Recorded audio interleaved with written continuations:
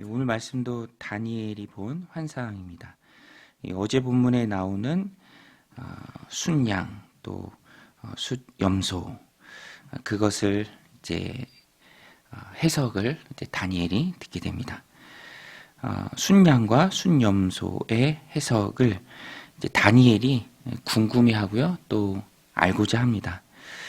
하나님께서는 알고자 하는 사람에게 또 깨달으려고 애쓰는 그 사람에게 알려주시죠. 그 환상은 정한 때 끝에 관한 것임이라.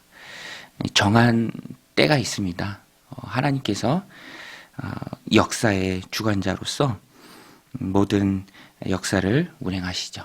그것은 이제 하나님의 뜻이 있고요. 그 하나님의 뜻에 의해서 다 이루어진다라는 것입니다.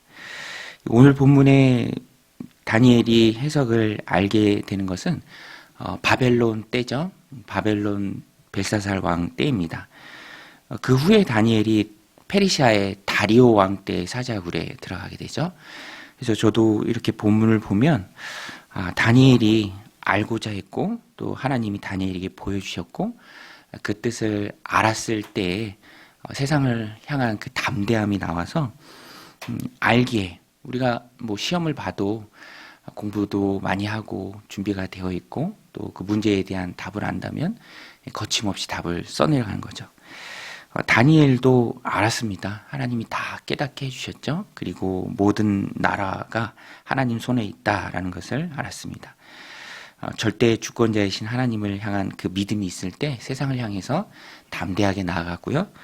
또 그곳이 비록 사자굴이라 할지라도 마다하지 않고 나아갈 수 있었다라는 것입니다.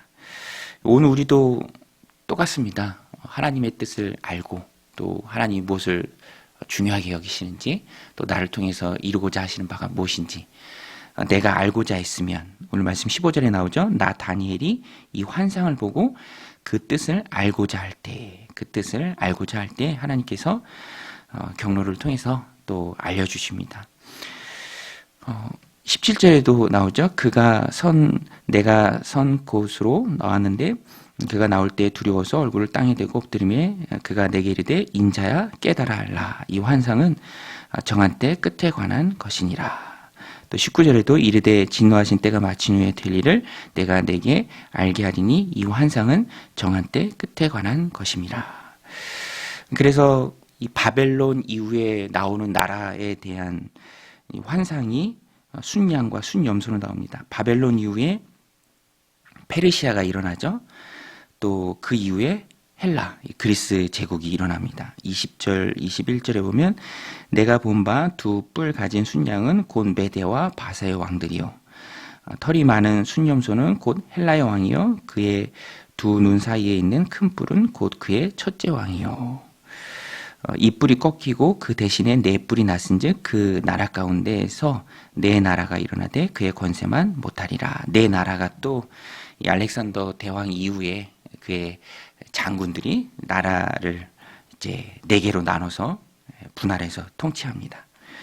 그리고 23절부터 26절까지는 네 나라 중에서 이제 셀류쿠스 왕조죠. 거기서 아주 악한 통치자가 한 명 나옵니다.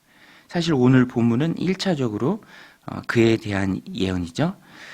23절에 보면 이 네 나라 마지막 때에 반역자들이 가득할 즈음에 한 왕이 일어나리니 그 얼굴은 뻔뻔하며 속임수에 능하며 그 권세가 강할 것이나 자기 힘으로 말미암은 것이 아니며 그가 장차 놀랍게 파기 행위를 하고 자유로 행하며 형통하며 강한 자들과 거룩한 백성을 멸하리라.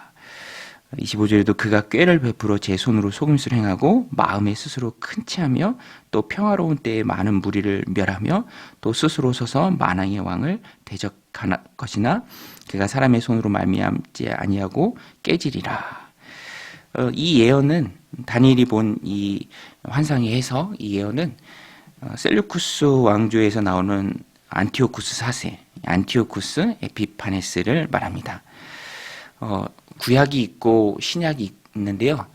구약과 신약 사이에 400년의 기간이 있습니다. 신구약 중간기라고도 하고 또 하나님의 말씀이 그 시대에는 없었기 때문에 기록된 성경은 없죠. 그래서 어둠의 시기다라고 말하는데요. 그때 등장한 사람입니다. 아주 악한 사람이죠. 폭정을 행했던 사람입니다. 유대인들에 대해서 핍박을 많이 가했죠. 성전에 제우스 신상을 세우고 또 그것을 섬기게 하고 돼지로 제사를 드릴 정도로 악한 왕이었습니다. 그래서 오늘 말씀을 보면 그 시대와 너무 딱 맞아 떨어지죠. 마카비 왕조 시대에 있었던 일입니다. 그래서 1차적으로는 그때를 가리키고요.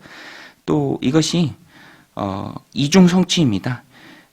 안티옥 에피파네스를 가리키기도 하지만 정말 종말론적 적그리스도, 그리스도를 대적하는 그 적그리스도를 나타내기도 하죠. 그래서 1차적으로는 이 예언이 안티오쿠스 4세 때 이루어지기도 했지만 또 앞으로도 이루어질 예언이기도 합니다. 신약과 이제 예수님의 초림과 재림을 우리가 살아가고 있죠. 그래서 오늘 이 말씀이 우리에게 주는 교훈 또 메시지는 이런 핍박이 지금은 없죠. 감사하게도 우리나라에는 지금은 없습니다. 그래서 이 말씀을 우리들 삶 가운데 적용할 때 좋은 환경 주심에 감사하라. 저는 이 말씀 보면서 제가 파친코라는 소설을 읽었는데 거기에 보면 또 기독교인들이 많이 나옵니다. 그 일제 강점기 시대가 배경이죠. 일본에 사는 그 기독교인 또 목회자도 나오고요. 뭐 일본이나 우리나라 할 거 없이 그때는 천황을 숭배해야 했죠. 뭐 다 같이 가서 한꺼번에 일주일에 한 번이든 한 달에 한 번이든 신사를 향해서 참배를 해야 했습니다. 그런데 이게 믿음과 신앙과 완전히 배치되는 일이죠. 뭐 그렇게 참배하고 자기의 일은 얼마든지 할 수 있죠. 그러나 그것이 큰 도전이었습니다. 감사하게도 지금은 이런 큰 핍박은 없죠. 그래서 우리가 이 말씀을 보면서 좋은 환경에 감사하는 것이죠. 그리고 그 좋은 환경을 누리는 것입니다. 얼마든지 기도할 수 있고 얼마든지 영혼 섬길 수 있고 또 하나님 기뻐하시는 영혼 구원에 나설 수 있고 얼마든지 복음 전할 수 있고 교회를 세울 수 있는 것. 그것이 하나님 우리에게 주신 귀한 은혜입니다. 감사의 조건들이죠. 그것들을 귀하게 여기고 감사하게 여기고 누리는 것. 너무너무 그리스도인들의 바른 모습입니다. 그런데 어느 때에는 또 이런 환경이 없어질 수 있습니다. 뭐 신사참배할 것 이제 우리 그 당시 기독교인들이 생각이나 했겠습니까?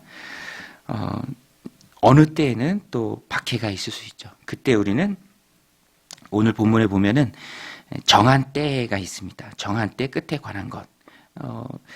하나님이 역사의 주관자시죠. 그래서 그 고난의 때, 박해의 때가 계속 되는 것은 아닙니다.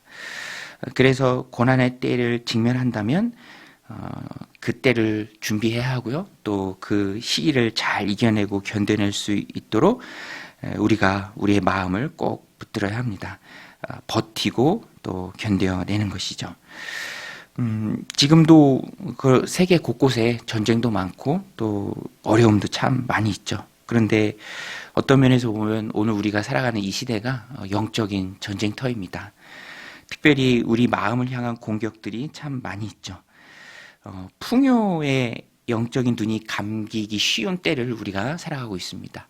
핍박의 때는 오히려 순수해지죠. 불순물이 다 없어집니다. 더 매달리고 더 붙들게 되고 그래서 고난의 때에 믿음이 더 강해지는 것은 그것은 당연한 것이죠. 그런데 신기하게도 풍요의 때 모든 것이 풍족할 때 영적인 눈이 감기고 더 믿음에서 멀어질 때가 많이 있다라는 것입니다. 그래서 그때가 더 우리가 우리의 마음을 더 다잡아야 할 때이죠. 오늘 우리도 이 말씀을 마음에 새기고 혹 고난의 때가 온다면 그때 우리의 마음을 잘 잘 다잡고 또 믿음을 붙들고 나아가고 또 하나님이 좋은 환경을 허락하신다면 그 가운데 그 환경을 잘 누리면서 주님을 더 잘 섬기고 감사하면서 또 힘있게 교회를 세워나가는 그런 주님의 백성들이 다 되시기를 주님의 이름으로 간절히 축원드립니다. 우리 같이 말씀 붙들고 함께 기도할 때 오늘 우리 가운데 믿음 주셔서 고난의 때가 있다면 또 그때를 잘 이겨낼 수 있는 준비가 되어지고 또 그때를 이겨내는 우리가 되게 하여 주옵소서. 평안의 때 감사하며 그 시기를 잘 누리고 또 교회를 힘있게 세워나가는 우리가 되게 하여 주옵소서. 우리 함께 기도하며 나아가겠습니다. 하나님 아버지, 오늘도 이 새벽 고난 단점에서 깨워주시고 또 주님 앞에 기도하게 하심에 감사를 드립니다. 하나님이 우리에게 또 좋은 환경을 허락해 주신 줄로 믿습니다. 세계 곳곳에 전쟁이 있고 어려움이 있고 또 가난과 또 고난이 많이 있지만 그 가운데서 우리에게 은혜 베풀어 주심을 저희들이 압니다. 이 좋은 환경, 우리 예수님 믿을 수 있는 또 복음 전할 수 있는 또 힘있게 공동체를 세워나갈 수 있는 좋은 환경을 허락해